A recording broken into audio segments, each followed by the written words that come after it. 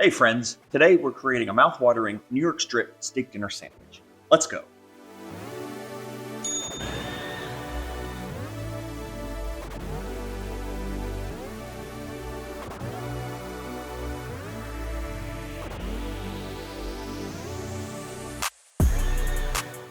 First, we prepare the tangy mustard aioli, which lays the flavor foundation for the rest of the sandwich. Next, we begin the caramelization process of thick sliced onions.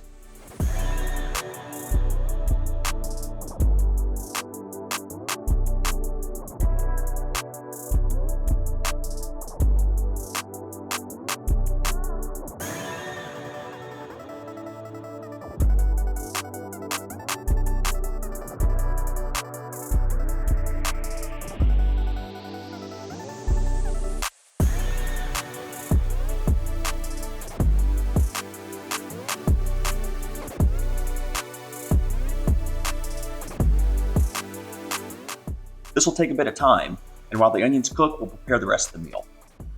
That includes the creamed spinach. You may have noticed we just blanched it, so this comes together pretty quickly.